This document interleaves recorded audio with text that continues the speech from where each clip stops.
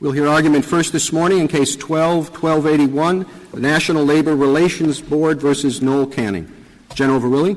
Mr. Chief Justice, and may it please the Court, the interpretation of the Recess Appointments Clause that Respondent urges would repudiate the constitutional legitimacy of thousands of appointments by presidents going back to George Washington. And going forward, it would diminish presidential authority in a way that is flatly at odds with the constitutional structure the framers established.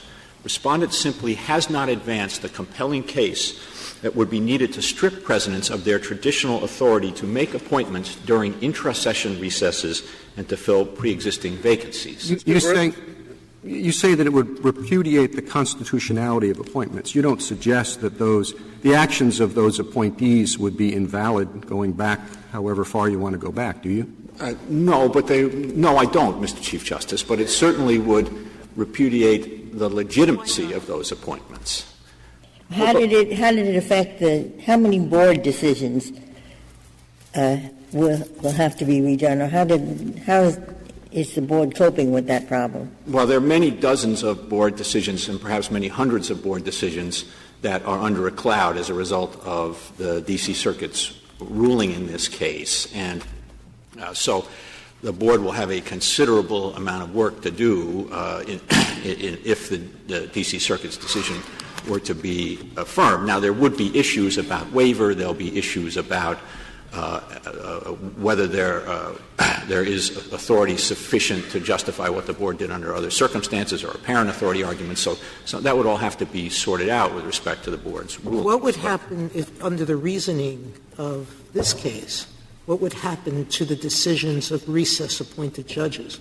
Well, I think there's been quite a few. I think that would be a very serious question, Justice Sotomayor, and I think it does point up the difficulty with the position Respondent is urging. Surely you would argue the de facto officer doctrine. Yes, we would. Of course you would. Yes, we would. We've applied that in innumerable cases. Nevertheless, but you don't really think we're going to go back and rip out every decision made? Well, I would certainly hope not, Your Honor, but it certainly casts a serious cloud over the legitimacy of all of those actions. And it does point up the fact that the recess power, including appointments during intra-session recesses and to fill pre-existing vacancies, has been used to fill offices of great importance. You started off by saying, it would repudiate so many actions that have been taken. I have a very stark question. Suppose I agree with the Court of Appeals that the only interpretation of the Constitution is that the vacancy must have arisen during the recess, just by hypothesis. I agree with that, okay? What do you do when there is a practice that flatly contradicts a clear text of the Constitution? Which of the two prevails? Now, I think the practice has to prevail, Your Honor, but I do. So if you ignore the Constitution, but I don't think often enough, its meaning changes. But, Your Honor, of course, in this situation, the meaning of the clause with respect to the timing of the vacancy has been a matter of contention since the first days of the Republic. You're questioning my hypothesis. You have to accept my hypothesis. Well, I think I've answered the question. Let's assume that the text is clearly against you. Should I say, oh, yes, it says something else, but the practice for over 200 years has been something different, and it's the practice that must prevail? The practice has started with George Washington and has worked through. Yeah, yes or no? Does the practice prevail over the clear text? The practice gives meaning to the practice gives meaning to the Constitution. You're questioning my hypothesis against. I am assuming a clear text of the Constitution and a practice that is contrary to it. It's extremely unlikely that would arise if the text were so free of doubt. But you do not want to answer my hypothesis. No, I'm answering. I think I've already answered it once, Justice Scalia, but I'll answer it again. The answer is, I think, given the practice going back to the founding of the Republic, the practice should govern. But we don't have that here. This provision has been subject to contention as to its meaning since the first days of the Republic. Well, let me ask you about the premise. A vacancy is something that begins at a particular point in time and then it continues for some period. I was trying to think of some other things that might fall into the same category. One would be an appointment. to a federal office. So you were appointed as Solicitor General at a particular point in time, and the appointment continues. Another example might be a marriage. It happens at a particular point in time, and it continues for a period of time. Now, would we say that your appointment as Solicitor General is happening today and will happen again tomorrow and happened yesterday? Is that the way the English language is used? But the word happens may not always be an apt phrase. The phrase may happen, the constitutional phrase, but it is a natural use. And if I may, Justice Alito, I'll give you a counterexample. If Congress had enacted a statute in the summer of 2008 that said the Federal Reserve is invested with all powers necessary to deal with any financial emergency that may happen in 2009, if that emergency first arose in November of 2008, I don't think anybody would interpret that statute as denying the Federal Reserve the authority that Congress conferred, and that's because may happen. May happen won't cover every situation of a persisting state, but it's certainly a natural reading of it that covers some. And as Jefferson said, it's certain in this context, it's certainly susceptible of being interpreted to mean General, really, we've taken you off where your starting point. The starting point was what constitutes a recess, and your position is that it can be an intra-session recess. But if we look back historically, Congress met, and they met continuously. And then they went on horseback back home, and they were away for 6 months, even 9 months. Today, there's nothing like that. The inter-session recess could be an hour. So what do we do with that? There was the vision of a long recess running for months, and today the inter-session recess might be momentary. So I think of 2 points to make in response to the question of what to do. The first one is that with respect to the original understanding, we do think that the term recess and the phrase the recess certainly at the time of the founding did encompass recesses that occurred during a session of Congress, during a session of a legislature, and not just in between sessions of the legislature. I would point the Court to Jefferson's Manual of Parliamentary Procedure, which describes a recess by adjournment as occurring within a session. I would point to the adjournment clause itself, which says if the one House of Congress wants to take a break of longer than 3 days during the session, it needs the consent of the other House, which indicates that the framers contemplated the possibility of a break longer than 3 days. I would point the Court to the parliamentary practice of the House of Commons, where the Speaker of the House of Commons had authority to call elections when a member died during the recess. Well, of course, Justice Ginsburg's question points out that your argument is, it seems to me, in search of a limiting principle, a lunch break, a 1-day break. You've thought about this. A 3-day break, a 1-week break, a 1-month break. How do you resolve that problem for us? Well, I think the way we resolve that problem is by looking to the adjournment clause. We think if it's a break that is sufficiently short that it wouldn't require the one House to get the consent of the other, that's a de minimis recess, and that's not a recess in which the President would have authority. Well, what about the pro forma sessions then? Well, they don't, or correct me if I'm wrong, they don't require the consent of the other House. Well, but the problem with the pro forma sessions, I think, Justice Kennedy, is in thinking about the length of the recess. The recess we would submit, and this is based on the formal dictionary definition of recess at the time of the founding and now, which is a suspension of business. The recess was from January 3rd, from when the session started, until January 23rd, and the reason I think that So you think there's no recess during pro forma sessions? There is a recess, and the reason is because the Senate has issued a formal order that no business shall be conducted, and that's a formal let's just talk, but let's focus on that. What, instead of saying no business shall be conducted, the order said it is not anticipated that any business will be conducted. Does that suffice to eliminate that period as a recess? I think that that's a different case, and I think conceitedly a significantly harder case for the executive, because here. Yeah, well, it's difficult and harder, but it also suggests that you're just talking about a couple of magic words that the Senate can just change at the drop of a hat. So maybe the point is not that significant. Well, I think it is significant, Mr. Chief Justice. It's a formal action by the Senate by rule saying that no business shall be conducted. And then in addition, there are other formal actions that the Senate took during this period that are confirming indicia. The Senate passed a resolution that gave committees the authority to submit reports and report bills. It passed a resolution giving the President pro tempore the power to sign and roll bills. It passed. General, I think you're not answering the real thrust of the Chief Justice's question, which is that we could just be back here if we said, well, they didn't phrase this in the right way. Well, they'll phrase it differently, and we would be back here with the same essential problem, that you're asking us to peg this on a formality that the Senate could easily evade, and that suggests that it really is the Senate's job to determine whether they're in recess or whether they're not. But I think there has to be a limit to that point, Justice Kagan, because after all, what we're talking about here is a power that the Constitution gives to the President, a power in Article II, and the President has got to make the determination of when there's recess. Well, you're making an assumption, which is that the Senate has to take a recess.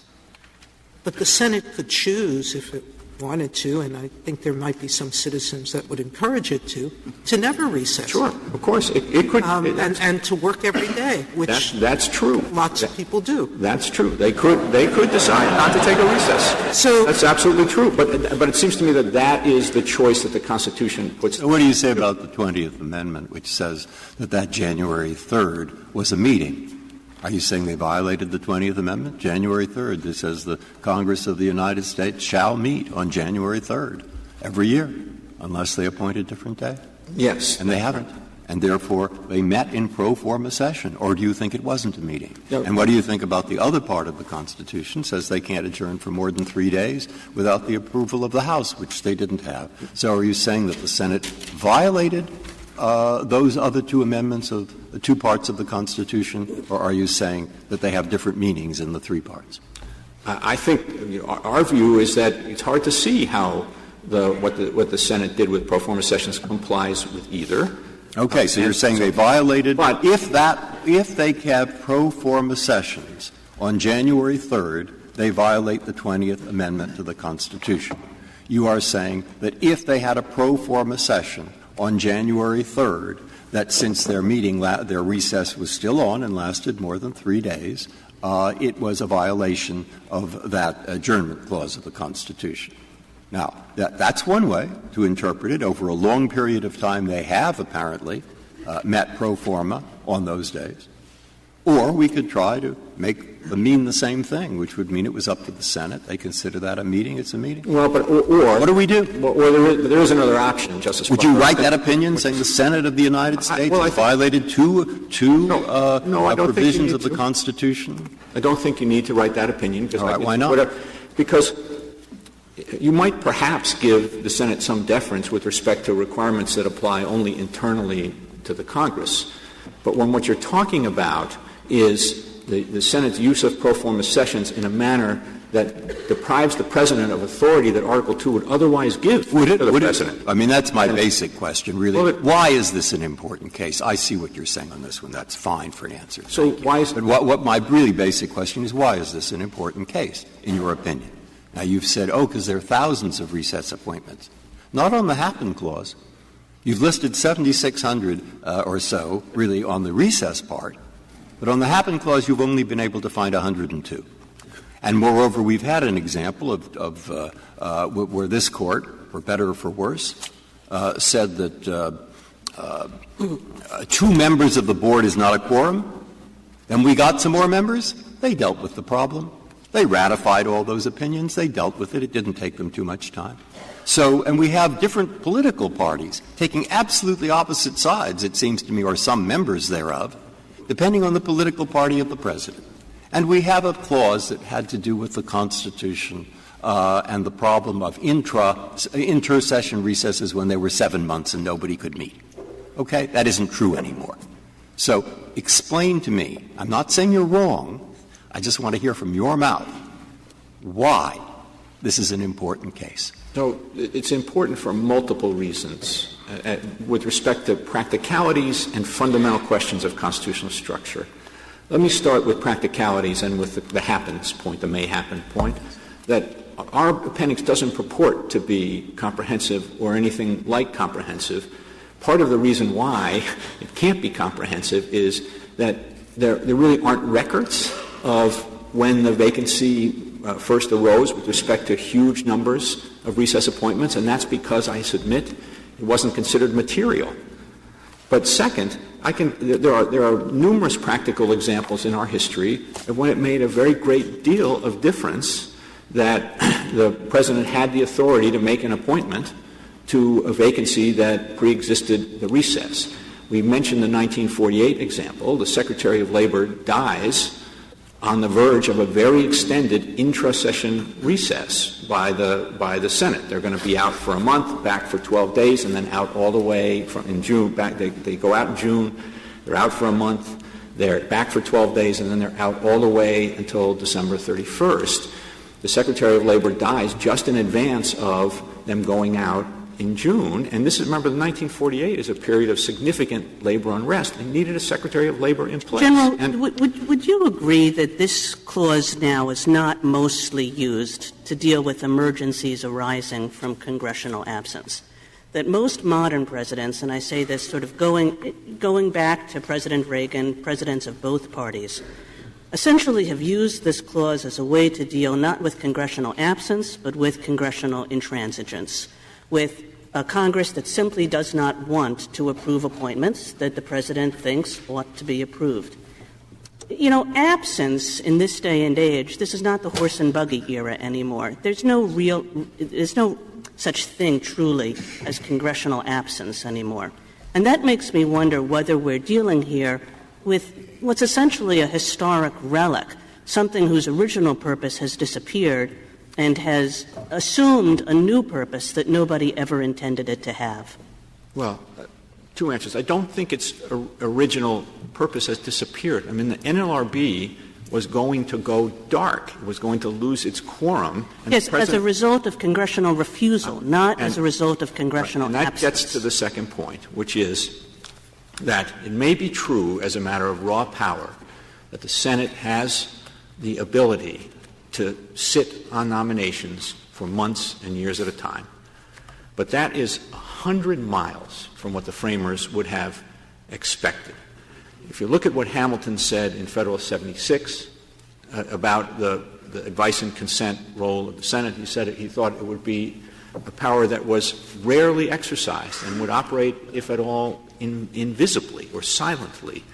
And in the early days of the Republic, advice and consent was a matter of days. Well, you are making a very, very aggressive argument in favor of executive power now. And it has nothing whatsoever to do with whether the Senate is in session or not. You're just saying when the Senate acts, in your view, irresponsibly and refuses to confirm nominations, then the President must be able to fill those positions. That's what you're arguing. I don't see what that has to do with whether the Senate is in session. Well, I do. I think the recess power may now act as a safety valve, given that intransigence, and that is actually but quite consistent. It isn't tied then to the availability of Congress, availability of the Senate. I think you said throughout your brief that the rationale for the recess power is the President must be able to have the government functioning and staffed, even though although the Senate isn't around.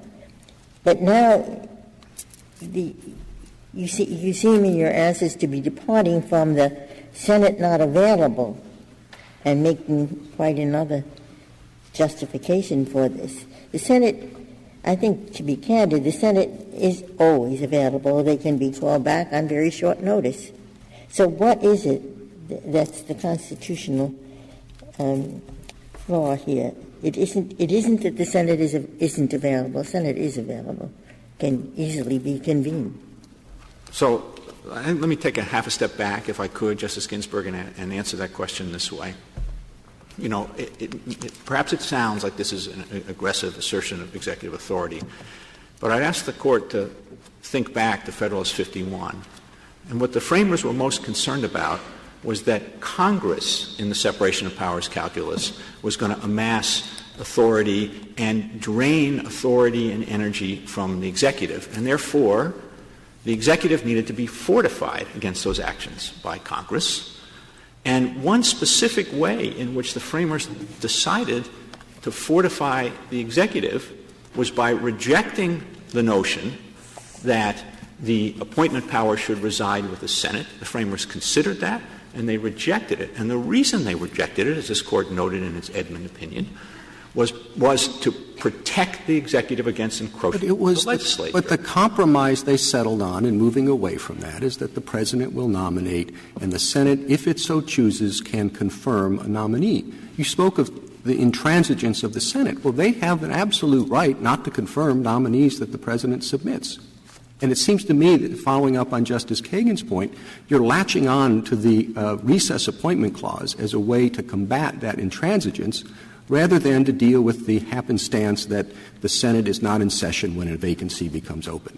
Well, but those things, there are often situations in which the Senate is not in session when a vacancy becomes open or needs to be filled. I guess it would be the more accurate way to say it.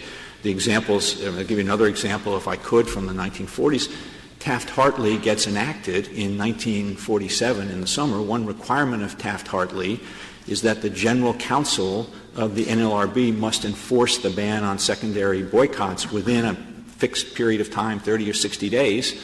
Well, it turns out there is no general counsel of the NLRB at that time. So the Senate the Congress and the executive have come together to address those sorts of problems in a vast number of cases by providing that there can be an acting general counsel of the NLRB to deal with that situation.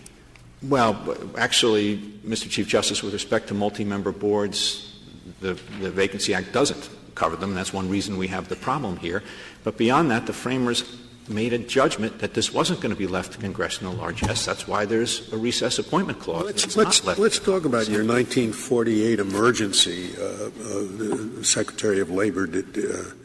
There was a vacancy in that post. The President has the authority to convene Congress. And whatever was the case in 1948 or in 1789, Congress can be back here in one day. Article 2, Section 3 says he may, on extraordinary occasions, convene both houses. That's true, Justice Scalia. So what's the problem? If there is indeed this terrible emergency you're talking about, the President has the power to call them back. Well, I think it seems to me the framers made a different judgment because they gave the President both the power to call back in extraordinary circumstances and the recess appointment power. And if the framers had intended the power to call back to be the way to deal with vacancies during absences of the Senate, then but my only point is what the recess appointment power consists of cannot be determined on the basis that, well, there are going to be terrible emergencies, so it must enable the President to do this or that. The extraordinary emergencies are handled in the Constitution. You don't have to expand the vacancy appointment power in order to handle those. So what I would say about this, and also to your point, Mr. Chief Justice, is we have, I would submit, a stable equilibrium that has emerged over the course of this country's history between the two branches. After all, what we are advocating for here is the status quo. It is the equilibrium that has emerged since Congress, since the Senate started taking lengthy intra-session recesses. Presidents started making recess appointments during those recesses. That began in the Civil War days. It's continued to the present. General, I think that's a really strong argument, but I have to say I'm not sure it applies consistently throughout each of the three claims that you make. Because if you're going to rely on history and on the development of an equilibrium with respect to what happens means, and if you're going to do that again with respect to whether intra-session recesses are included, then it seems to me you also have to look to history and the development of an equilibrium with respect to Congress's definition of its own power to determine whether they're in recess or not. In other words, your third argument about pro forma sessions, the history is entirely on the Senate's side, not on your side. And if we're going to take a kind of continuing practice and the development of equilibrium seriously, you might win on questions 1 and 2 and then lose on question 3. Well, winning on questions 1 and 2 would be of great importance to the executive, but we also should win on question 3, and here's why. There isn't a long history reflecting the equilibrium with respect to the use of pro forma sessions in order to restrict the President's ability to use the recess appointment power. There really is no history before 2007 of this daisy chaining of one pro forma session after another, in conjunction with an order that no business shall be conducted. Well, there's no practice. There's no long practice of doing it. There's also no long practice of rejecting it. But if I could take you back to that, you said that the pro forma sessions may violate the adjournment clause and the 20th Amendment. Would you also say that they violate the presentment clause? Because the Senate has passed legislation during these pro forma sessions, and the President has signed that legislation. Yeah, no, we don't. I think the right way to think about that is the same way that you would think about it. The Senate declares that it's in recess from August 1st till September 15th, and then comes back early because of an emergency, as it happened, for example, with Hurricane Katrina. Once they're back in doing business, they're doing business. Now, what the Senate did with respect to the legislation Your Honor identified was they came out of pro forma session, they passed legislation, they went back in under the order of pro forma session. So they take that action. It seems to me that we're searching here for a proper interpretation of the word session, which after all is in the provision that we're looking at. It talks about next session. And we have a long tradition of Congress defining what that session is. They have the first, this is what, the 113th Congress, I think, something like that. And they have the first and second session. That's how their records are based. This is considered judgment by both houses of the legislative branch as to what session means. And it seems to me that has very powerful bearing on the question of inter- and intra-session appointments that we're arguing. Forget when the vacancy happens to arrive. And so why don't we defer to Congress as to what the term session means and say that this gives us guidance as to when there is a recess. There's a recess between those sessions.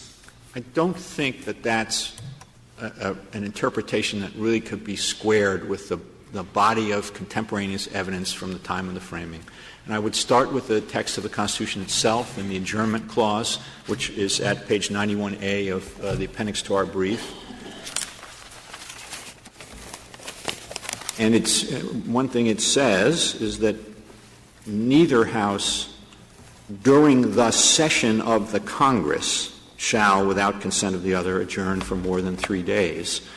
Seems clear from that language that the session of the Congress is referring to the period that commences on the constitutionally prescribed date and continues until the Congress adjourns sine die, because otherwise these recesses wouldn't be during the session of the Congress. It's also clear from this language that the framers at least contemplated the possibility of breaks longer than 3 days within sessions because they provided a mechanism to get permission to do it. But where does this 3 day But you're relying on adjournment. That does not have the word recess.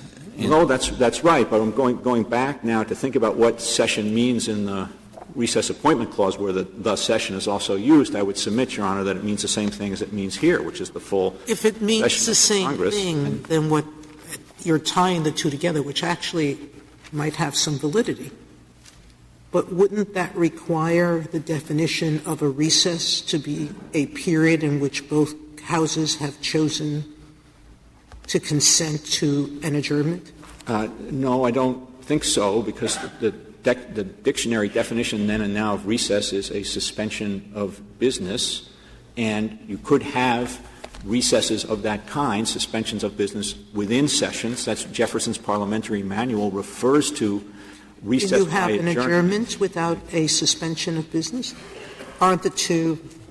Well, I'm just talking now, Justice Sotomayor, if I may, about the intra-session recess. But I'm talking point. about tying the two together. Right, but with respect to putting the pro forma issue aside for a second, with respect to intra-session recesses, the meaning of the session, seems to me, is the session, the full session, because you can have recesses by adjournment, as Jefferson's parliamentary manual said, and as I think I said earlier, there's quite substantial evidence that the term "the recess" at the time of the framing could refer to a break during a session and not just breaks between sessions. So I just don't think there's contemporaneous evidence from the framing generation that would lead you to conclude that intra-session recesses are not within the meaning of where recess. is it? The most surprising thing to me that you've said, and it's important to you, is not just the view of language at the time of the framing, but what the purpose of this clause was.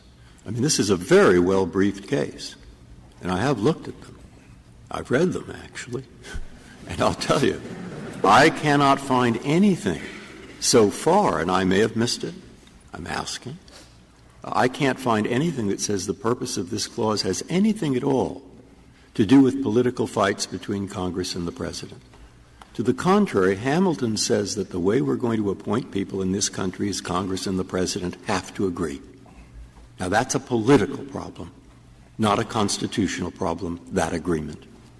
And it was just as much true of President George Bush, who made 6 appointments that happened previously, as it is with President Obama, who's made 4.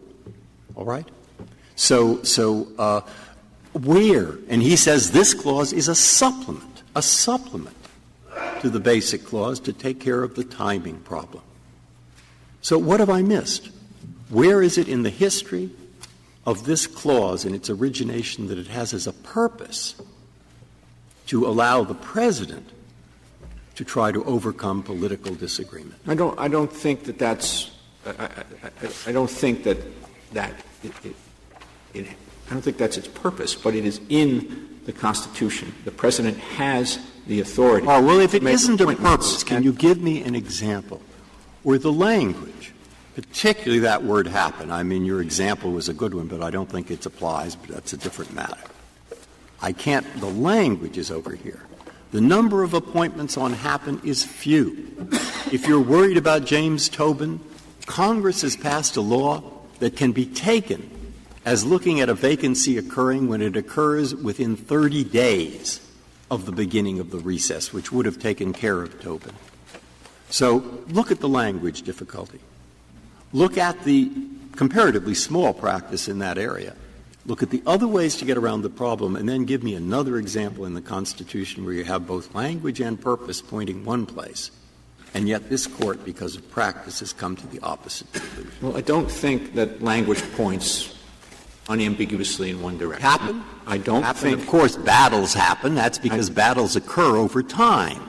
Give me an example with the word vacancy, where that word vacancy is used with the word is and not occur. A vacancy is an enduring state, and from the perspective of the executive. Yeah, but just give me an English example where it's natural to say. Well, I tried with my statutory example before. Your statutory example has to do with a battle, not a vacancy. No, it was emergency. It was the statutory example about a financial emergency. A financial emergency, which is correct. Same problem like a vacancy. I'm sorry. I'm asking you for an example with the word vacancy. That's what I've had trouble with. Well, a vacancy is an enduring state. From the I'm not talking about — I just say, could you find an example? And I'm gathering from my answer you couldn't. Well, I think — And I couldn't either. Your Honor, maybe this statute or maybe the language in the Constitution looks unambiguous to you now, but it has been the subject of contention. It has been thought to be ambiguous from the time of George Washington to the present. And with respect to the question of the practice and there being — I don't think it's correct to assume that because there are a certain number of identified examples of pre-existing vacancies being filled in our appendix, that that's a sum total. I think this is far, far less than the sum total. It's been assumed to be ambiguous by self-interested presidents. Of course. Death is an enduring state.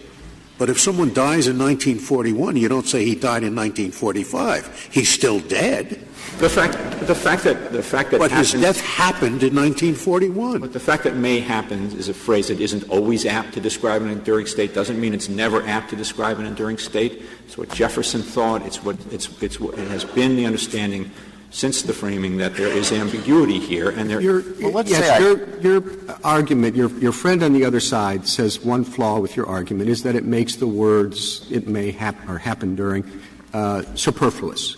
That the clause would mean exactly what you say it means if you took those words out. And your response, the only one I could see on your reply brief, page 13, is that those words were put in there to, quote, confine the President to filling vacancies that actually exist at the time of appointment. Now, did you really think that they put that language in there because they were afraid the President would fill appointments that don't exist? I don't know why they put the language in there, Mr. Chief Justice, but it isn't superfluous because it does serve that function, whatever their intent. One reason they could have put the language in is because they were afraid otherwise the President would have the power simply when somebody died 2 or 3 years before and they've had a big fight in Congress to save up all the controversial nominations and then put them through as recess appointments. That could be one thing they didn't want to happen. I don't know. Same problem. Yeah. You do have the one that you relied on in your brief.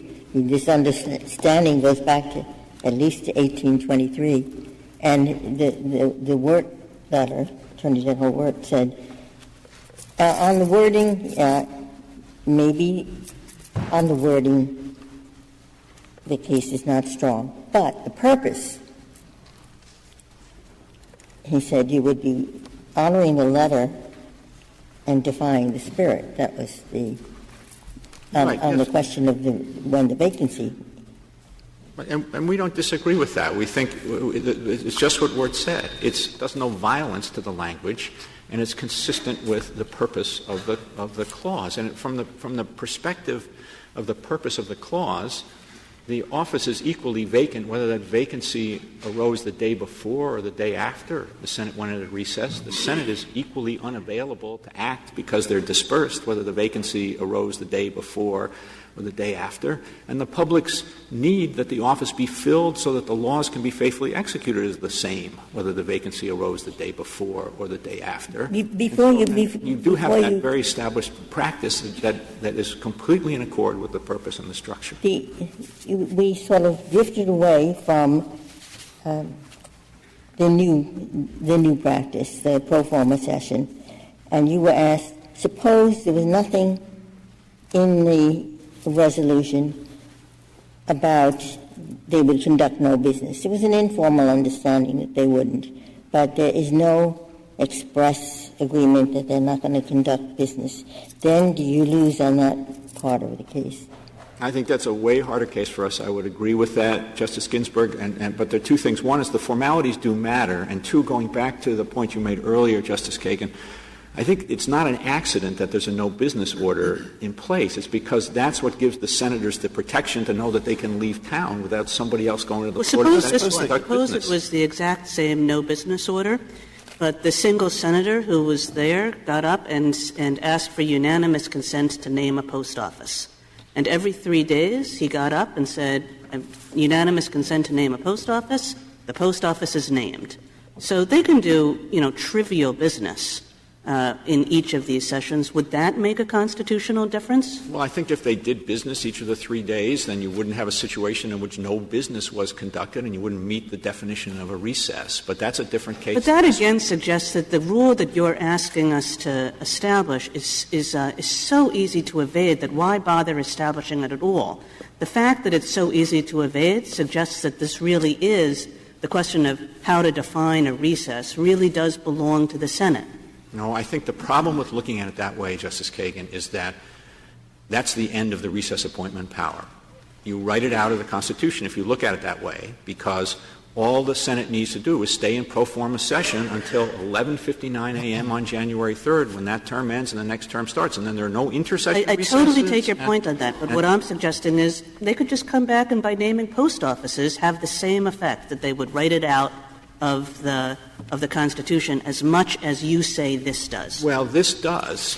This does, and whether something else might or might not, I guess we could try to fight that out if the Senate were ever to do it. But I assume if this Court were to hold that pro forma sessions of this kind are not real and they don't defeat the President's recess appointment power, that maybe the Senate would think twice before. Well, what is significant is whether they're available to confirm nominees. Isn't that right? Yes. So suppose they say instead of no business will be conducted, no nominations will be considered. That would be a different case because they would. I know it would be a different case. They would be here. You know, they're not. They're in so business what? for some purposes. The question is whether they're available to consider nominations. So if they say, we'll do other business, but no nominations will be considered, why isn't it exactly the same for purposes of the recess appointments clause? It's not, because the recess, or the definition of recess is when no business shall be conducted, and that's exactly what the Senate said. If I may reserve the balance of my time. Thank you, General. Mr. Francesco. Mr. Chief Justice, and may it please the Court. The advice and consent clause imposes an important check on executive power. Each of our three arguments preserves that check and provides a separate and independent basis for affirming the Court below. The government's position, in contrast, would eviscerate that check, creating a unilateral appointment power available for every vacancy at virtually any time, with advice and consent to be used only when convenient to the President. But your argument would destroy the recess clause. There would be, under your argument, it is totally within the hands of the Senate to abolish any and all recess appointments. Yes, Your Honor, and that reflects the fact that the recess appointment power is a contingent one. It arises only when the Senate chooses to trigger it by ending its session and beginning its recess. So the Senate always has the power to prevent recess appointments. The Constitution, however, gives the President corresponding powers. If the President thinks that the Senate is being derelict in its duties, he can convene an emergency session and he can force the Senate to consider his nominees. And if they refuse, he can subject them to withering criticism for being derelict in their responsibilities. But the one thing that the President may not do is force the Senate to act against its will. Nor should the President be permitted to do an end run around the Senate's refusal to act, because that conception of the recess appointments clause is at war with advice and consent itself. Can I ask you a variant of the question that Justice Scalia asked General Verrilli? Suppose we think that the language of the Constitution is perfectly clear in some respect, but that there is a 200-year-old consistent practice, agreement by the President going back to Washington and by the Senate that the language actually means something else. What would we do in that situation? Your Honor, I think that the language has to govern. And I would like to address the issue about the consequences of a ruling in our favor in this case.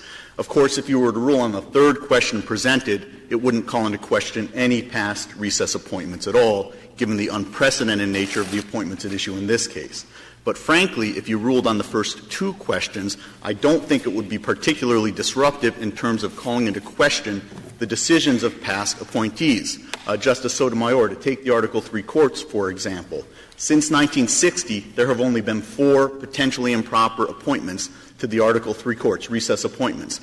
Each of them served approximately a year or less. 3 were to the Court of Appeals, 1 to a federal district court judge in 1981. Mr. Francesco, I'm sorry, but could we go back to Justice Alito's question? Because I really have the same issue with your argument. Suppose that on one, let's say the happens argument, that is at least the most natural reading of the statute, at least the way we understand the word happen today, and maybe a compelled reading, but the history points so much in the other direction, and that history brings with it a whole set of practices and traditions and ways of dealing with each other that has grown around a certain interpretation of what happens means, right? The idea that we would wake up one fine morning and chuck all of that because all of a sudden we happened to read the clause, I mean, that's at least needs to be defended. Yes, Your Honor, and I believe that the relevant history actually supports us. That is, the history at the time of the founding. I know, but now you're again, assume that there is a 200-year-old established practice. Everybody has agreed to it. But the text, when you really look at it, points the other way. Yes, Your Honor. I would dispute the premises, but I'll accept the premises for the purposes of the question.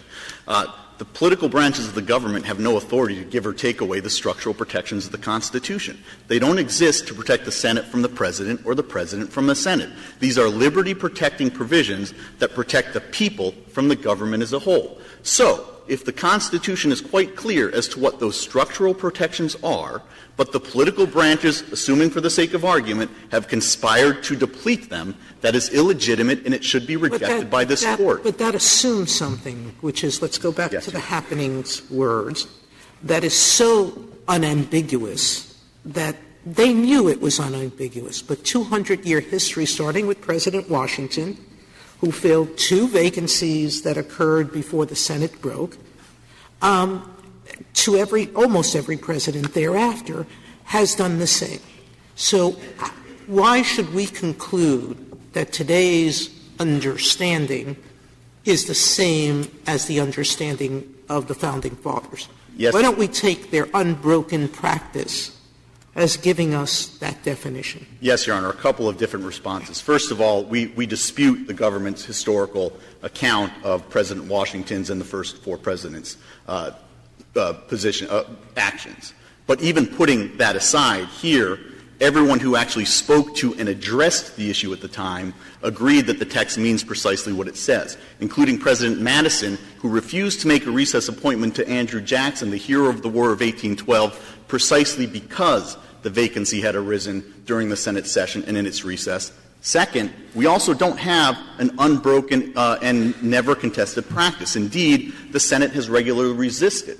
In 1863, the Senate passed the Pay Act, which prohibited pay to any appointee to a pre-existing vacancy. So you don't have a kind of uniform and uniformly held practice. Let me ask you this. Suppose that we were to conclude that the history is simply too overwhelming to rule in your favor on the happens problem. Could we still use history to say that, or overlook history, to rule for you on the intra-session point? Yes, Your Honor. How do we do that? From the time of the founding. Is it 80 because of the 80 years, or? I think it's longer than that. From the time of the founding until, I would say, 1948, there was a uniform understanding that the recess and the session, as used in the clause, were interchanging periods. You were either in recess or you were in session. And so an appointment made during the recess lasted until the end of the next session. Now, in 1921, Attorney General Doherty's opinion kind of muddled things a bit because he assumed that if you took a long break in the midst of a long session, it broke that break into 2 recesses for purposes of the Recess Appointments Clause.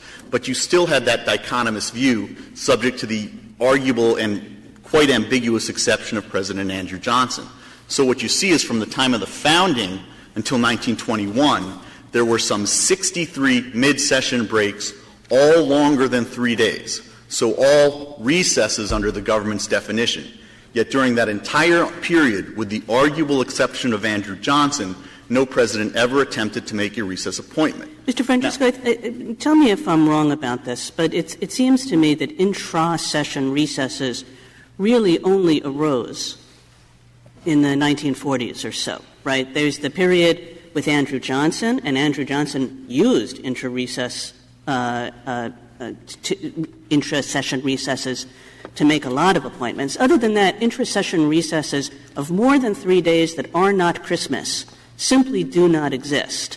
So that as soon as intra-session recesses came to be, presidents started making appointments in them. Let me address it this way. I'm not sure I agree with the factual understanding, Your Honor. There were intra-session recesses longer than 3 days prior to 1867. I think there were some 10 of them prior to 1867, including 7 that were longer than 10 days. Oh. And bear in mind, yes, they were Christmas recesses, but so were the ones at issue in this case. They were Christmas recess appointments. But I do take your point that intra-session recess appointments did not become very common, or I should say it this way. Intra-session recess appointments did not become very common until the Really, they started with Truman, but then they broke off for a long time with three presidents, Johnson, Kennedy, and Ford, making no mid-session recess appointments. Then beginning in the Carter and the Reagan administrations is when they became very common, and particularly a very common way to do an end run around advice and consent. What happened in that period at around 1970 is that's about the first time that you have intra-session and intra-session recess. It's longer than an inter-session recess. And so now if we look from 1970 on, that's fairly common. And so all that's happening is that the presidents are appointing recess appointees during periods where they're out for a longer time. Now, how are we supposed to go and say that this thing of thousands of people on the recess part is unconstitutional? I mean, it isn't unheard of. What about the due process clause? Does that easily cover the language, substantive due process? What about the interstate commerce clause and the doctrine of, the implicit clause there? I mean, it isn't unheard of that over time, language in the Constitution takes on a somewhat different meaning. Yes, Your Honor. So how do we you probably different judges have different approaches, but if I'm concerned about the basic practicality and the basic objective here, why would I agree with you? Yes, Your Honor. I'm certainly not going to attempt to purport to resolve this Court's differences on those issues. But unless you're not going to let me off the two examples that Justice Breyer gives are examples where we gave it a meaning that was different from what it said. And we don't have a case involving this particular issue yet. That's precisely correct, Your Honor, and it reflects the fact that the Recess Appointments Clause and the Appointments Clause and all of the structural protections, again, are not meant to protect the branches against one another. If I do place more weight on this, should we? I mean, I do believe and agree with you to this point that this is basically a matter of politics for other branches. Basically. That doesn't help me resolve this. But it does lead over to this possibility. Congress did pass the No Pay Act, and then they passed the Pay Act. And in that Pay Act, on this happen part, which I think is the strongest is very strong for your side, but it defines the vacancy in terms of 30 days prior to the recess.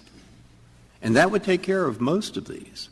You see, a vacancy could be defined as something that stretches because Congress says it stretches in terms of pay for 30 days. Right. What do you think of that? And I'd love to know what the SG thinks of it. Yes, Your Honor. A couple of different responses. First, of course, the third question calls into question no past recess appointees. The third question, by the way, I just put in your mind, if you digress, in your answer, put in your mind what would have happened in 1830 if someone, when they had a 9-month recess, close to 10 months, someone had the bright idea, well, you live near Washington.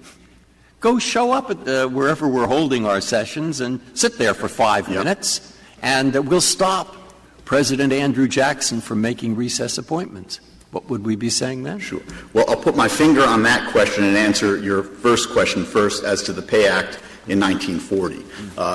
The Pay Act in 1940, in our view, clearly repudiates the government's inter-session view for the reason you put your finger on. It ties pay to the appointments being made either right before or after the session ends. So most mid-session recess appointees can't get paid under the Pay Act. With respect to the second question presented, at best, it creates 3 exceptions to the general rule against any pay to any pre-existing appointees. So you've got somewhat of a compromise. I would say that's no more Senate acquiescence in the President's position than the President's acquiescence in the Senate's position when he signed that law. So to me, that's a jump ball. Coming back to your historical example, I think it reflects the fact that the Recess Appointments Clause is not about timing. It's not a temporal issue. It's about procedure. What it does is it creates a contingent power that arises when the Senate decides to trigger it. Back at the time of the founding, the Senators wanted to trigger that power. It was important to trigger that power because when they were gone, the President needed to be able to act unilaterally unless they wanted to be subject to a recall in emergency sessions every time he needed to confirm nominees. They obviously didn't want that. Today, the situation has changed, not the principle, but the historical context. And today, the Senators can get back to Washington, D.C. very easily. They are there for much less. Suppose we have an inter-session break. It's 3 days. On your reading of the recess clause, in that 3 days, the President can fill up vacancies. Yes, Your Honor, because under the second question presented, there would not be very many vacancies in that context. Because leave out the second question, just on the first question. Because it seems to me, if the rationale was when Congress was out of town for 6-9 months, of course the President has to be able to make the government work. But now you're saying that in that time, it's only 3 days. They're going to be there available very soon to confirm. And let's take somebody dies on day one. President puts in make appointment on day 2. You would say that's okay. Yes, Your Honor, but first of all, I'd say I don't think you can really separate it from the second question presented, because that's why it explains why it wouldn't have been much of a problem. Very few vacancies would arise during a 3-day break, and so there wouldn't be that much of an opportunity to make those kinds of appointments. Let's put that aside. Let me assume you reject my argument on the second question presented. Then you're really in the world of the 1905 Senate report where they were dealing with President Roosevelt's midnight recess appointments, where he made them in between gavel drops. If you reject our argument on the second question, then I do think that you may need to confront the notion that an inter-session recess is too short to make recess appointments. Not at issue in this case, because here the appointments came on January 4th, the day after Congress commenced the second session. So by anyone's definition, this was an intra-session recess appointment, not an inter-session recess appointment. And all of this really reflects the fact that the Recess Appointments Clause is a contingent power that arises only when the Senate triggers it, which is what gives the Senate the power to prevent the President from making recess appointments. If I could turn back to the consequences. Before you do so, I mean, is the Senate's power, in your view, so comprehensive that if they passed an order saying we're actually never in recess, people can be reached we can call people back. So for purposes of the recess clause, we're never in recess? Your Honor, under the first question presented, I think the answer is yes, they could do that, because it really is the Senate's ability to trigger the power. In a sense, the Recess Appointments Clause is of a piece with the Inferior Officers Clause. The Senate always has the power of advice and consent. But what the President can do, what the Senate can do, is authorize the President to act unilaterally in certain circumstances. It can authorize the President to act unilaterally with respect to inferior officers, and it can authorize the President to act unilaterally in certain time periods where it ends its session and begins its recess. So it's always within the Senate's power, and that's precisely why advice and consent serves as an important check. On the third question presented, I think where you're deciding whether or not a session is a real session, then no, I don't think the Senate could do that. I think that it's for the Court to look at the Senate's journal to see what the facts are, and those facts must be taken by this Court as undisputed. So if those facts show that there was a senator who actually gavelled them into session each day, and that during that period they were capable of conducting business, as they were here at every session that they held every 3 days, then this Court would have to take those facts to be given. Could you tell — let's go back to this. What's your definition of a recess? When the Senate actually says we're taking a recess, yes, whether it got the consent of the House or not? It's when the Senate — again, it depends on which question you're talking about. On the first question presented, the recess of the Senate is the period between when the Senate says that it is ending its session through an adjournment sine die and the period when it begins its next session. Does it have to do that? By what command does it have to do that? Sine die? Yeah. It does not sine die or any. It does not have to adjourn sine die. That, though, in this country is the way that the Senate has traditionally signaled to the President that it was ending its session. And I think that's what it would have to do. Does it need the consent of the House to do that? Yes, Your Honor, it does. Okay. So does it have to do that in between the two congressional sessions? I don't think it has to. I think the Senate can adopt its own rules for determining how it ends its session and how it begins a new one. I think the important point, though, is it has to communicate that to the President. So, for example, during President Madison's time, the tradition was the Senate would dispatch a committee to the President to inform the President that it had ended its session. So the President now knew that it was in recess, and the powers that imbue upon the President during that recess have been triggered, the recess appointment power. Here, ruling in our favor on the third question would, of course, call into question no past appointees. But I would like to — On the first question, does your argument depend on the fact that — on the assumption that the possibility of a lengthy intra-session break was never even contemplated by those who framed and ratified the Constitution? Because if they had thought about that, there's a real chance the Senate may take a 2-month break over Christmas.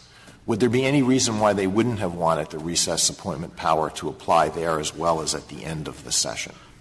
Your Honor, our argument does not turn on that, because to us it is not a temporal question, it's a procedural one. Back then, the Senate had the power not to trigger the recess, just like today it has the power not to trigger the recess appointments power. The difference is not in principle, it's in historical context. At the time of the framing, they wanted to trigger the recess appointments power because when they left during long periods of time, they wanted the President to be able to act unilaterally, since it was very difficult for them to get back. And if they didn't trigger the power, the only way the President could act unilaterally the only way the President could confirm nominees would be by convening an emergency session. Highly inconvenient. The historical facts today have changed, not the principle, but the surrounding facts. And today it is very easy for the senators to get back to Washington, D.C., and so they don't want to trigger a unilateral power. They're perfectly willing to be hailed back if necessary. I'm not sure I understand the answer. If the purpose is to permit the President to fill vacancies when the Senate is unavailable to consider nominations, and the country would be harmed by having these offices vacant for a period of time, why would that not apply to any lengthy break, whether it's at the end of the session or in the middle of the session? And so if you're arguing that it only applies at the end of the session, doesn't that depend on the assumption that they never thought about the possibility that there would be a lengthy break in the middle of the session? Your Honor, it is possible that they never thought about it, but even if they had, I don't think it would matter. Because I think that the purpose that you've laid out is not quite the full purpose of the clause. The purpose was also to ensure that the President could not easily do an end run around advice and consent, which, after all, is the principal method of appointment. And so what they did, as they did with respect to inferior officers, is they vested with the Senate the power in certain circumstances to authorize the President to act unilaterally. With respect to recesses, that authority was triggered when the Senate decided to end its session. The Senate did, for example, take 7 mid-session breaks of longer than 10 days prior to 1867. It is inconceivable to me that the senators at that time believed that they were entering into a recess that would have empowered the President to make unilateral appointments during those 10, 11, or 12-day periods. And that reflects the fact that the recess appointments clause is a contingent one that arises when the Senate triggers it. Mr. Francisco, can I ask a question about the second question presented, the happens question? And if you put aside all the history and you look only at the language and you look only at our own modern view of what happens is, that surely seems to favor your position. But, given all the statements in the founding period itself about how this is ambiguous and it might have 2 meanings, if you look at the dictionaries of that time, so I went back, I looked at the Oxford English Dictionary, and one of the definitions of happens there is chance to be, essentially the exact same definition that Thomas Jefferson said made this ambiguous. And we would never use happens in that way now. If you look at the examples that the Oxford English gives, they're laughable. Nobody would ever say that now. But it just suggested to me that maybe what we think is pretty clear is only pretty clear because one meaning of happens has, over 200 years lapsed. Well, Your Honor, I actually think the word happens had the same meaning then as it does now, which is why at the time of the framing, everyone who actually studied the issue, Madison, Hamilton, both of the first 2 attorneys general, Edmund Randolph and Charles Lee, agreed that it meant what it said, as did even No, I don't think so, right? Essentially, Thomas Jefferson says it could mean one thing or the other. And the other thing that he said, which is happens to exist, is sort of exactly this old definition, which is happens means chance to be. And then Jefferson, in his other letters, conceded that the recess appointments clause, as it stood, was going to frustrate his ability to make appointments, and he therefore described it. I think happens continues to mean chances to be. We still use it that way, but we only use it that way when it is followed by an infinitive. I happened to see him. It means it chanced that I saw him. Or, 9/11, the destruction of the Twin Towers happened to occur on 9/11. But you wouldn't say it happened on 9/13 simply because it continued to be destroyed. I don't know what the OED examples that Justice Kagan referred to were, but I bet they used happen followed by an infinitive. And I think we still use it that way. I don't remember them exactly. I just remember kind of laughing at them as things that Actually, I think I remember what they were, and they were 1483 and 1490-something, and then there was an asterisk that said obsolete. And in fact, I couldn't figure out what they were talking about. And yes, Your Honor, but in addition, though, there's not just the word happen. It's preceded by three other words, that vacancies that may happen. And the only purpose that those words serve is to constrain the universe of vacancies that are eligible for a recess appointment. Well, the Constitution, as it first was, it's now been amended. It's no longer part of the Constitution with reference to appointment of Senate.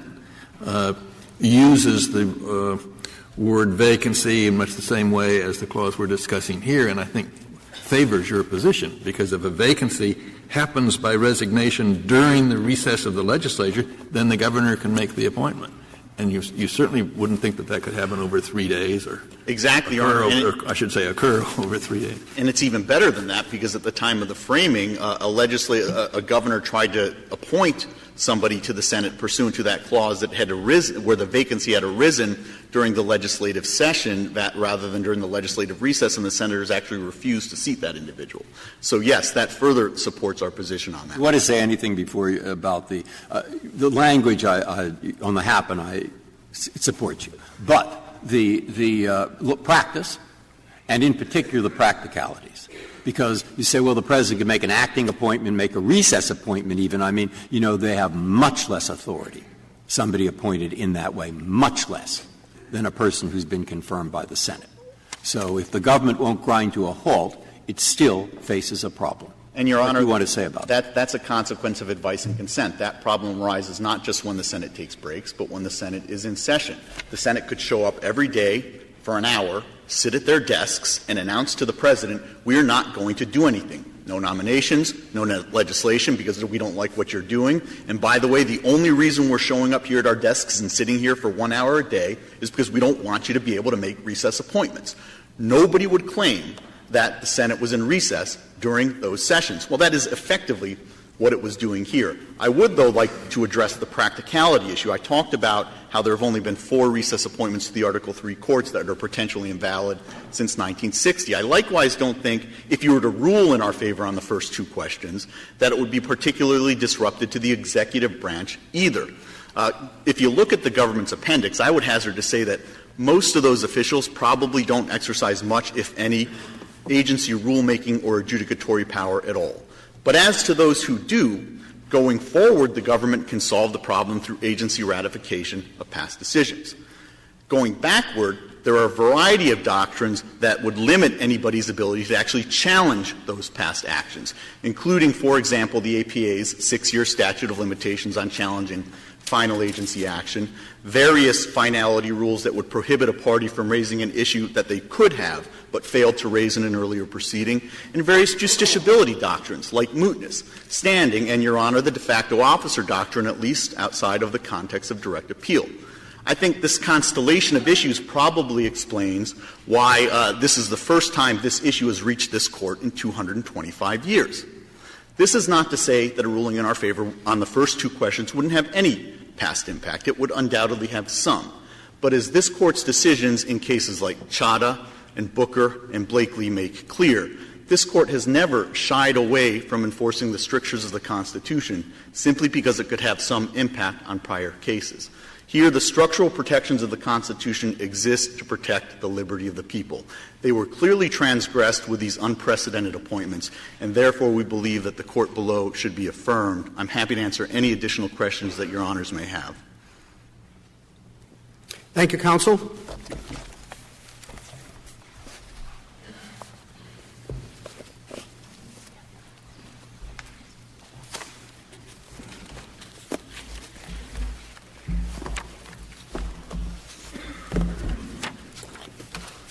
Mr. Estrada. Thank you, Mr. Chief Justice, and may it please the Court. As Justice Kagan recognized earlier in the argument, this case fundamentally is about who gets to decide whether the Senate is in recess, the Senate or the President. Our submission today is that the Senate gets to decide whether the Senate is in recess. Mr. Estrada, you said in your brief that that was true within wide limits. What are the wide limits? This is all about how the Senate chooses to arrange its affairs, Justice Kagan, under the Rules of Proceedings Act. And what the Court said in the Bolling case was that the exercise of rulemaking authority by Congress was almost absolute and beyond the challenge of any body or tribunal unless it usurps some independent constitutional authority. The only possible offer here that the Solicitor General has as to how the Constitution could have been violated by the actions of the Senate in arranging its own affairs is the notion that this has invaded the purported recess appointments power of the President. And the reason, as we say in our brief, why that is completely insubstantial is because, as the Solicitor General recognizes in the closing 2 pages of its brief, the Senate, by the design of the Constitution, the Appointments Clause, the primary method of appointment, has an absolute veto over nominations.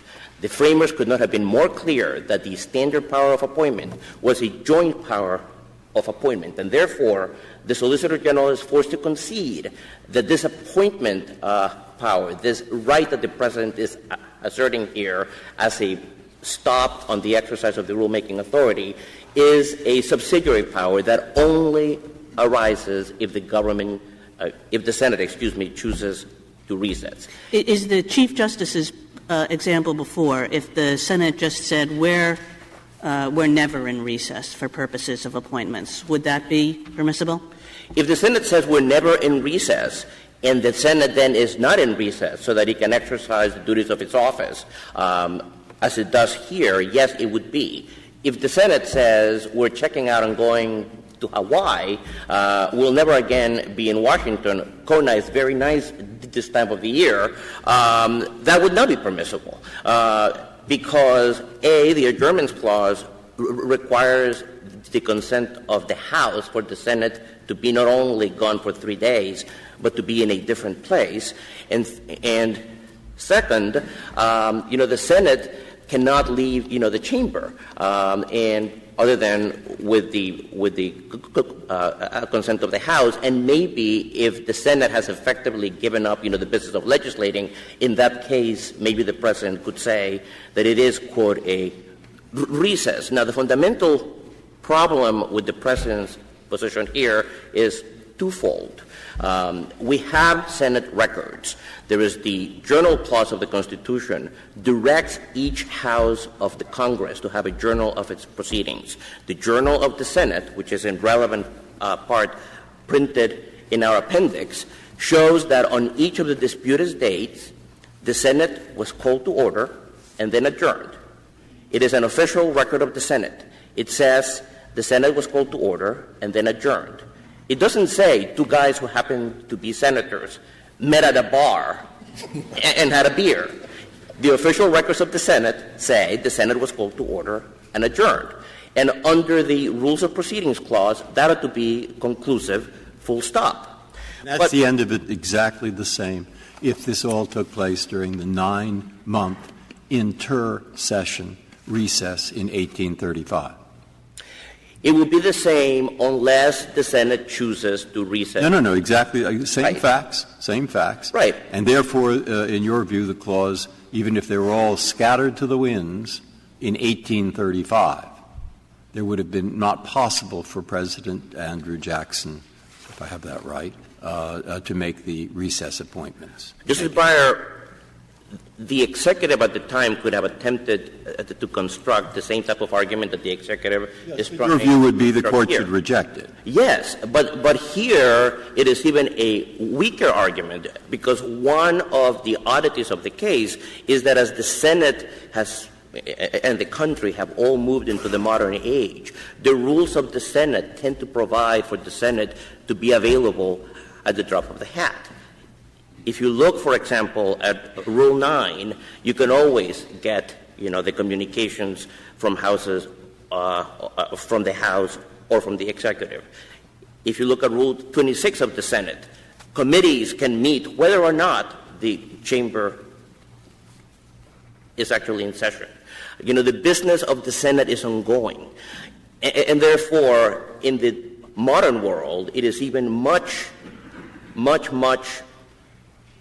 different than even the hypothetical. You say anything that would, on this, if you want to, that would turn it back to the practicalities. Imagine, hypothetically, that I would have thought President Theodore Roosevelt acted unconstitutionally when he tried to make all of his appointments, dozens and dozens, during a 2-second. In 1903. Yes. Intersession. Constructive recess. Yeah. Well, and by converse reasoning, the Congress would not have been able in 1835 to prevent recess appointments simply by having a nearby senator show up for 1 second once every 3 days over a 9-month period. It seems to me what goes around comes around. Well, in this, let me take that as an opportunity because I think it does raise, the question to speak to the implication that the Solicitor General makes in his brief, that the Senate as a body doesn't have a view on whether it was in recess or in session. Mm-hmm. For the reason that I started out by outlining, the Senate's official records do show that the Senate was in session on each date, and therefore the Senate does have an official view. But from the practical point of view, we do know that the Senate has a view on these things. And how do we know? The President's party controls the Senate. If the Senate wanted to recess, Rule 22nd of the Senate says that's not a debatable proposition. If a majority of the Senate wants to recess, even before the abolition of the filibuster, a non-debatable proposition. So the Senate says, which is controlled by the President's party, says, we want to recess, we want to go away, we don't care if the President has this power. They vote for that. House says no. What happens then? Article 2, Section 3 of the Constitution, the fight goes to the President. And it is in that event that the President gets to adjourn them until such date as he shall see proper. So if the Senate had any view that it wanted to recess, they could have had a vote, and the issue would have ended up in the White House, in the lap of the President. He had plenary constitutional power to give himself an intersession recess by terminating the session and have a real recess appointment power if he could find somebody whose vacancy had actually arisen at the time. But this is the cockeyed way of going about the instruments of the Constitution. There is no power in the Constitution to use the Recess Appointments Clause to overcome the opposition of the Senate to the President's nominees. And for all that we hear about today, which has to do with how the heaven will fall and the parade of horribles, there is no parade and there is no horrible. The only thing that will happen is that the President, heaven help us, will be forced to comply with the advice and consent that the appointments the Appointments Clause actually calls for.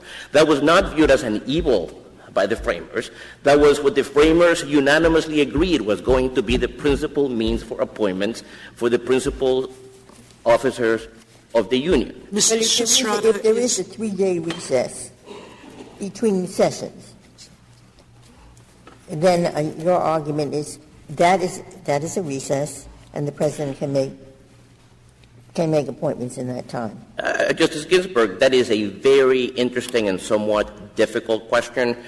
On the facts of this case, there is a substantial question, which no one really has litigated, as to whether there was, in fact, an intersession recess, whether the first session of the 112th Congress ended on the morning of January 3rd, and therefore we have the same Teddy Roosevelt situation, or whether by adjourning on December 30th and contemplating no further meetings until January 3rd, whether that in effect was a sine die adjournment that ended the first session of the Congress. If the President had the same view about the nature of the pro forma sessions, he could have taken the view about the sessions between December 17th and January 3rd, and could have had a better legal argument in attempting to claim that between December 30th and January 3rd, there was at least an arguable intersession recess. And he did not do that. Why didn't he? Because by waiting until the convening of the first session of the second session of the 112th Congress, by making an appointment on January 4th instead of the morning of January 3rd, he gives an extra year to his appointees to serve. That shows that this is indeed the bottom of the slippery slope on the Recess Appointments Clause. It is a complete abuse of the process. It is being used for no other purpose than to overcome the Senate opposition or the Senate disinclination to agree with the President's nominations. What the framers contemplated in coming up with a joint power of appointment was you have to act jointly. You have to play nice. And in a country of 300 million people, when the President wants a nominee and the Senate does not agree, it is always possible for the President to come up with another nominee who is even more qualified and acceptable to the Senate. The key here is acceptable to the Senate. He has to be able to proffer someone to the Senate that the Senate is willing to engage in a joint power of appointment. Mr. Estrada, in your earlier example, you said that if the Senate decides to recess and the House doesn't approve, that the President can then do it. Is it your belief that a recess is only something that both houses have agreed to? A break in business that both houses have agreed to? I don't think so. It is usually the case, Justice Sotomayor, but not necessarily. The example so I would what do you need? Why does the President have to adjourn the House in your example? No, I think if the Senate votes tomorrow to recess, can the President appoint, at least in your view, any vacancy that occurs during that recess? If the Senate has been recessed without date so that the session of the Senate is over, even if the President under Article 2 chooses to leave the House in session. Why do you need a date? In what rule makes a recess defined as something without date? This takes us back to the first argument, and I think the contemplation was that the recess would be the period of time that intervened between the ending of a session of the Congress and the beginning of the next. Here it always had a date because we knew January 3rd was a new session. Well, that wasn't true until the 20th Amendment. The date was a much different date in the original Constitution. But to answer your earlier question, it is usually the case that a recess is going to be longer than 3 days, but it needn't be. If the Senate finished all of its legislative business, for example, in this year on December 30th, 2011, and then voted to adjourn sine die and did not again meet until the beginning of the second session of the Congress on January 3rd, that would be an intercession recess, even though it would not be one that would require the consent of the House. But in the usual case in which a recess is taken for an extended period of time, it would be the type of break that the framers contemplated would need the consent of the House. And the reason for that should be obvious. We have a system of a bicameral legislature. The houses, too, are supposed to work together to accomplish the business of the people.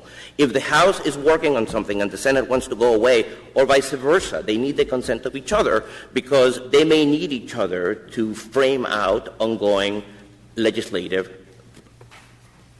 projects. And if the House, in its own judgment, thinks that the Senate is sufficiently available to the House in our bicameral system so that it has been full compliance with the adjournment clause, it's very difficult to see how, in the agreement of both houses of Congress, that the Senate is in fact effectively available, that is there with its full power of unanimous consent every third day. If the House thinks that is adequate for the discharge of its constitutional functions and the constitutional functions of the Senate, it's very difficult to see how the President gets to second-guess that. One final point that has to do with the Solicitor General's insistence on the no business language. Rule 5.1 of the Senate, may I finish? Yes. Makes very clear, it's also in our appendix, that any business may be conducted at any time without notice by unanimous consent. And so that effectively what we have here is merely an announcement by the Senate that between December 17th and January 23rd, only unanimous consent business would be agreed to. Thank you, counsel. General Verrilli, 6 minutes. Thank you, Mr. Chief Justice. Let me begin with a couple of points on the intra-session recesses. With respect to the question that Justice Alito raised, it would have been perfectly familiar to the framers that a legislative body could take an intra-session recess. Jefferson's parliamentary manual, written while he was vice president and presiding over the Senate, specifically refers to recesses by adjournment that occur within a session and the session resumes when they're over. The adjournment clause itself contemplates the need for approval by the other branch for a period longer than 3 days during the session. I think it's difficult to imagine that if, as Justice Alito's hypothetical suggested, that the Senate had, in the first years under President Washington, decided to take a 2-month intra-session break, that President Washington wouldn't have been able to staff the offices of the fledgling republic using the recess appointment power. Well, if we agree with you on the first question, then there needs to either be a number or a functional test. And I don't know where the number would come from, and I don't know how the functional test would play out. So maybe you could say just a word about that. We think the number should be the number in the adjournments clause, 3 days or less. Now, presidents have exercised restraint, and there haven't been recess appointments of periods below 10 days, but we think that would be the line. Now, with respect to the presence of that in the adjournments clause, but the absence of any number in the recess appointments clause, how do you explain that? Well, I think that there isn't really a need for explanation. A recess is a suspension of business, and what the adjournment clause says is if you're gone for 3 days or less, you're not really suspending your business, but if you're gone for more than 3 days, you are. And I think that's quite consistent with the argument that my friends on the other side are making. Now, with respect to the history on intra-session recess appointments, really, if you look at the Congressional Directory, which is a document that we cite in our brief, and you just look at the column that says intra-session recesses, you'll see page after page of blank space until you get to the Civil War era when intra-session recesses become more frequent. And intra-session recess appointments really just precisely parallel the increasing use by the Senate of intra-session recesses. And you argue that the Senate sort of acquiesced in that and everybody's come together, but what would you expect a senator to do?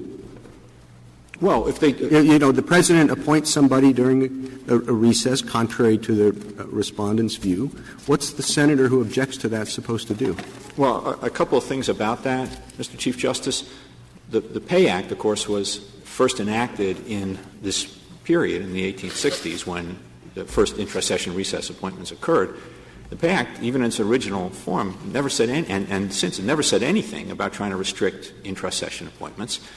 If the Congress really felt that these were improper, they could have done what they did in the Tenure of Office Act and pass a statute making it a crime for somebody to to take one of these appointments, but they didn't do anything like that. Well, you would object to that, wouldn't you, on the same grounds that you're objecting here? Well, we would, but in terms of... Well, then that's not something that's effective for the Senate to do if you think it's unconstitutional. But in terms of an expression of their disagreement as opposed to acquiescence, it would certainly be an expression of disagreement, and it didn't happen. Well, that'll show. And the Senate says, we don't agree with your recess appointment.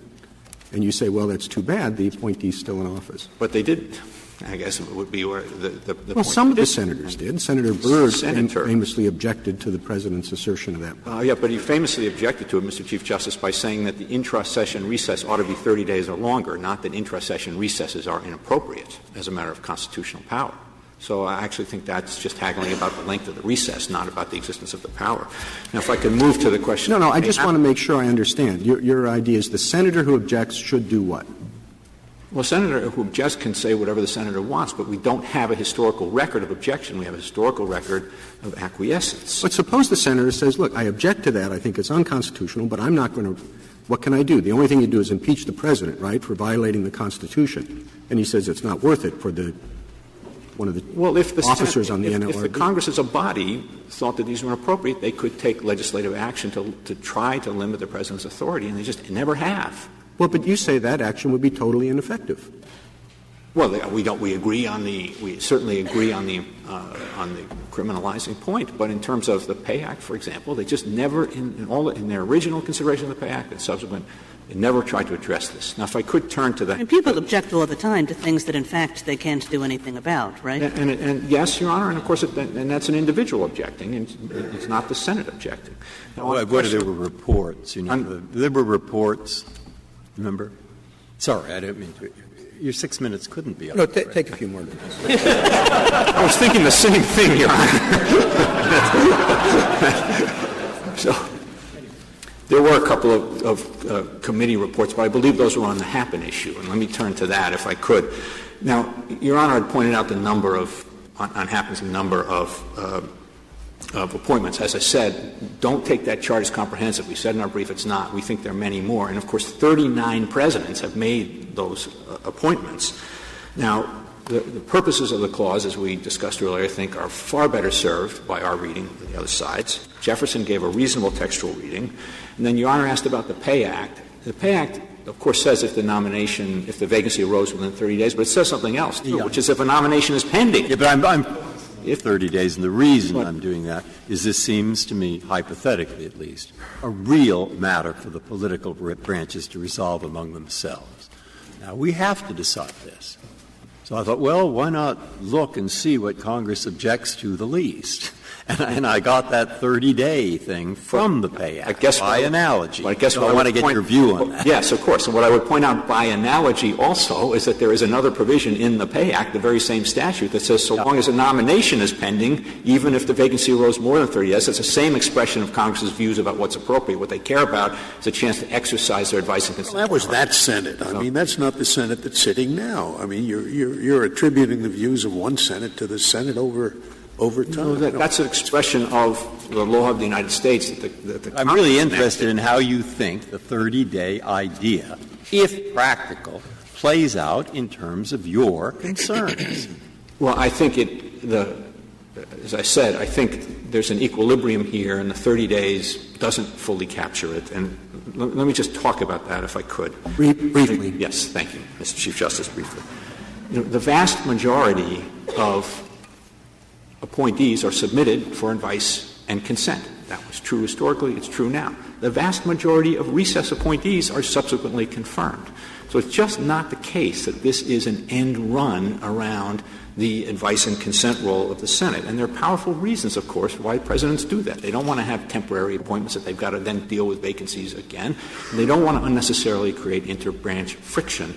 The real problem I would submit here is that if you go with respondents on the pro forma issue or on the two underlying issues that the D.C. Circuit ruled on, you really are writing the recess appointment power out of the Constitution, and that's antithetical to the liberty-enhancing properties of separation of powers that Madison described in Federalist 51, because ambition should counteract ambition. You shouldn't disarm one side. Thank you. Thank you, General. The case is submitted.